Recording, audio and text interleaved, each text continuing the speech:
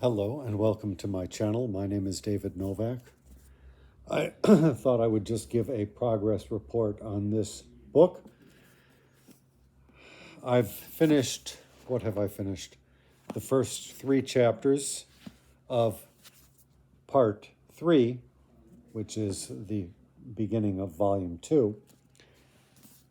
And I honestly don't like Solzhenitsyn's writing style at all. It's very desultory, I think is the word you would use.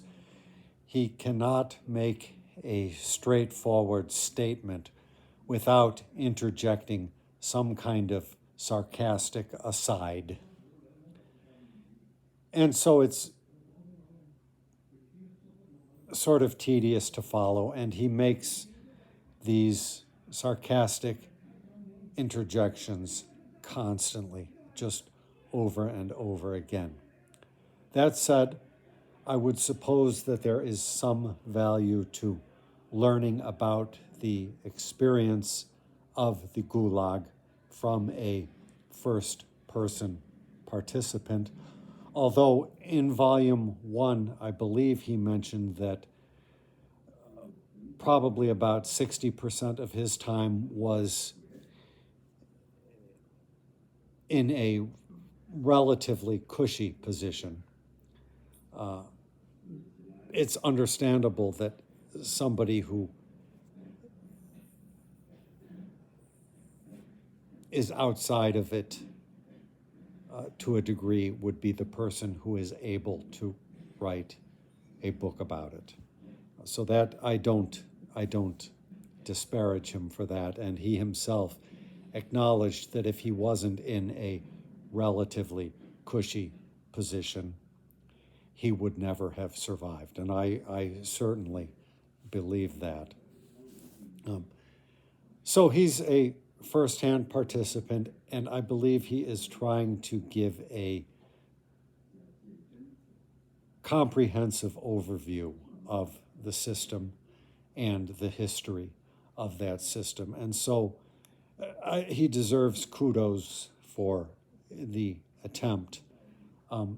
He makes mention of this book, and I've often said how every book that I read makes me want to read 4 other books. Well, I would like to read this. A reviewer at Amazon said it's like a condensed version of the Gulag Archipelago, but written way before the Gulag Archipelago. And I suspect that this would be a good book to read.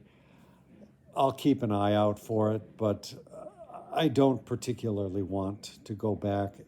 I also think that possibly Anne Applebaum's history of the Gulag would be a good option for learning about the system. Now this volume is heavily reliant on illustrations or photographs, I mean. And the old hardback, which I presume had photos on glossy pages, would have been preferable. The photos are not, they don't really contribute very much. The reproduction is poor. And I don't think that Solzhenitsyn has much enlightening to say about the photographs. And I suspect any similar photograph reproduced in Anne Applebaum's book would probably be given a better description than what he gives. So that said, I dislike his writing style immensely, and I think during volume 1 I was fighting against that the whole way until towards the last part. I think I've accepted it here, and so I am just going with the flow, and I'm finding the reading of it to be a lot easier than the reading of the first book.